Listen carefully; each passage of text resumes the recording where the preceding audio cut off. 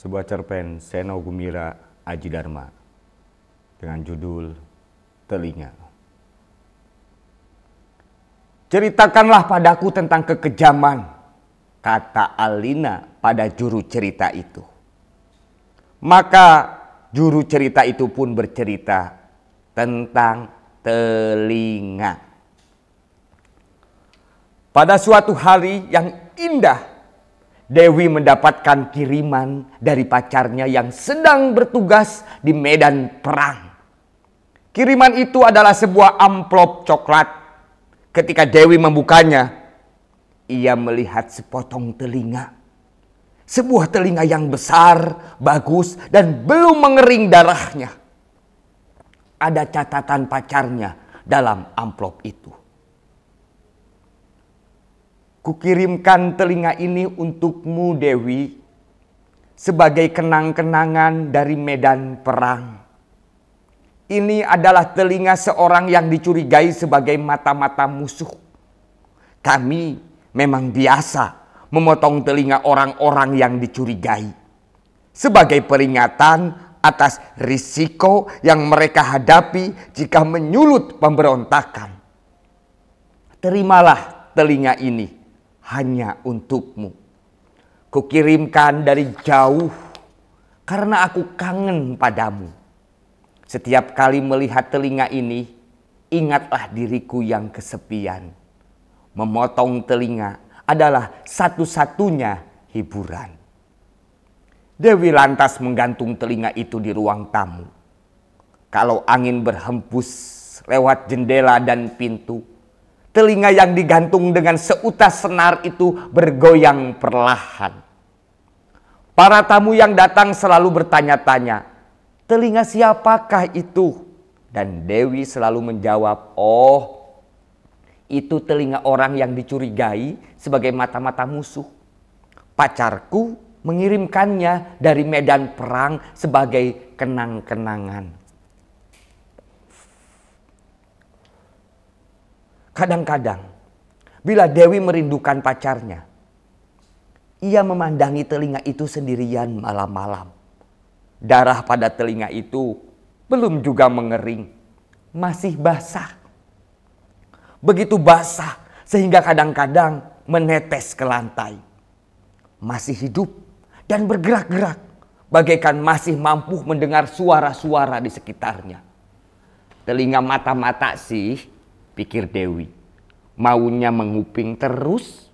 Setiap pagi setelah bangun tidur, Dewi mengepel lantai ruang tamu yang menjadi merah karena darah yang mengetes-netes dari telinga itu tidak terlalu banyak sebetulnya. Tapi pada lantai marmer yang putih mengkilap, tentu saja tetesan darah yang merah itu cukup mengganggu.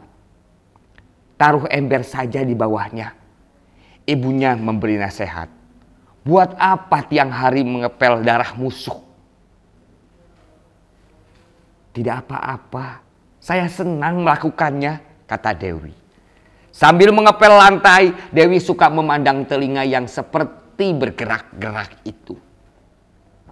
Telinga itu bagaikan antena yang mampu menangkap pesan apapun yang bertebaran di udara. Barangkali ia pernah mendengar sesuatu yang tak boleh diketahuinya, pikir Dewi. Tapi bagaimanakah caranya kita tidak mendengar suara-suara? Dewi menulis surat pada pacarnya. Telinga kirimanmu sudah kuterima dengan baik. Sampai sekarang darahnya masih menetes-netes. Kupikir kenang-kenangan dari medan perang itu sesuatu yang luar biasa. Telinga itu kugantung di ruang tamu dan tamu-tamu mengaguminya. Aku sangat terharu.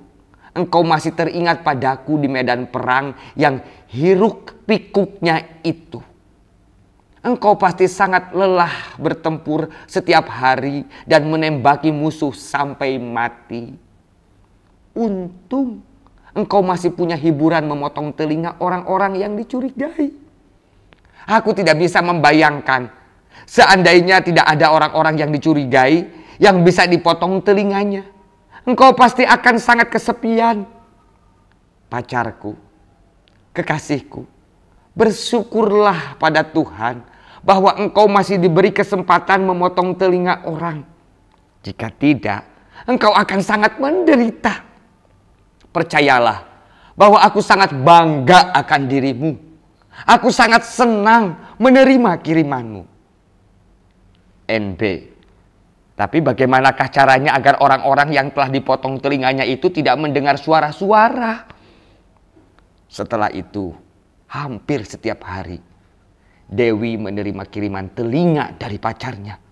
Kadang-kadang satu, kadang-kadang dua, pernah juga satu besek banyaknya.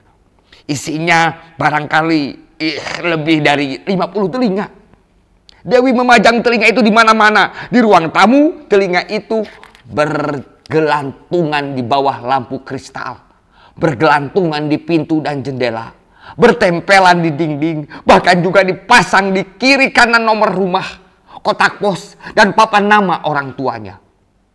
Ketika kiriman telinga itu masih juga datang, Dewi membuatnya jadi gantungan kunci, hiasan tas, bros, dan anting-anting.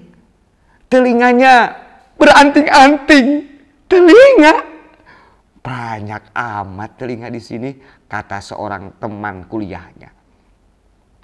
Kiriman dari pacarku di medan perang, Dewi menjawab dengan bangga. Pacarmu pasti sibuk sekali memotong telinga-telinga ini. Buset, banyak amat. Aku masih ada banyak kalau mau. Mau. Meskipun telinga-telinga itu masih meneteskan darah, temannya mau membawa sebesek telinga. Memang terlalu banyak telinga di rumah Dewi. Tapi tentu saja Dewi tak mau membuang jerih payah pacarnya di medan perang itu. Ibunya pernah punya pikiran agar telinga-telinga itu dijemur lantas digoreng saja. Siapa tahu rasanya enak dan bisa dijual. Begitu banyak kiriman telinga itu mengalir seperti air. Seperti Dewi berpikir barangkali setiap orang yang ditemui pacarnya di medan perang itu semua adalah orang-orang yang pantas dicurigai. Ia menulis surat lagi. Kiriman-kiriman telinga-telinga yang kau potong dari orang-orang yang dicurigai itu semuanya telah kuterima dengan baik. Terima kasih banyak. Aku memajang semuanya di tempat yang bisa dilihat orang. Setiap kali tamu-tamu bertanya dari mana telinga-telinga itu, ku jawab dari pacarku di medan perang. Yang telah memotong telinga-telinga itu dari kepala orang-orang yang dicurigai. Mereka semua bangga padamu, kekasihku. Pasti berat pekerjaanmu memotong telinga begitu banyak orang setiap hari.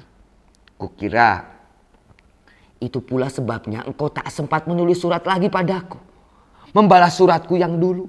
Tapi aku senang menerima kiriman-kiriman telinga itu. Aku hanya takut kerja memotong telinga itu sudah tidak lagi menghibur hatimu yang selalu kesepian. Berdoalah pada Tuhan agar tubuh dan jiwamu tetap diselamatkan. NB, aku masih agak heran kenapa begitu banyak orang yang pantas dicurigai. Dan aku masih juga bertanya-tanya, bagaimana caranya agar orang-orang yang telah dipotong telinganya itu tidak mendengar suara-suara.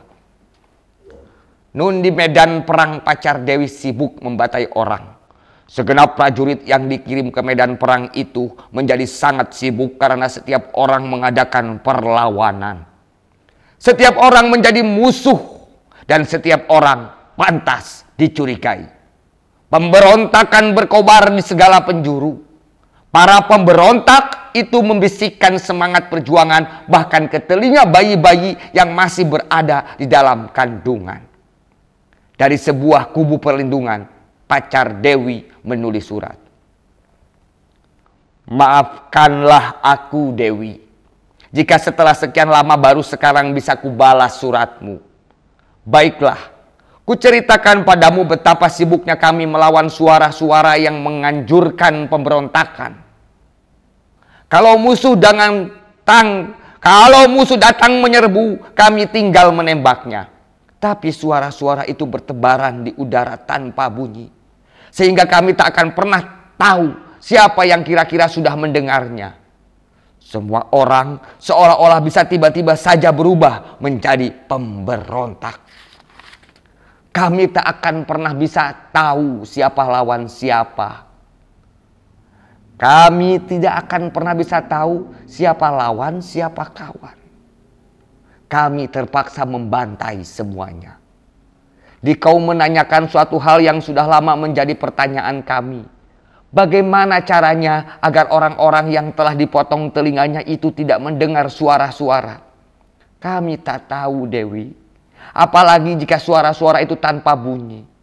Jadi, kami bersepakat untuk membenggal saja kepala-kepala orang yang dicurigai. Apa boleh buat? Dari kepala-kepala itulah kupotong telinga-telinga yang kukirimkan kepadamu. Bayangkanlah betapa sibuknya.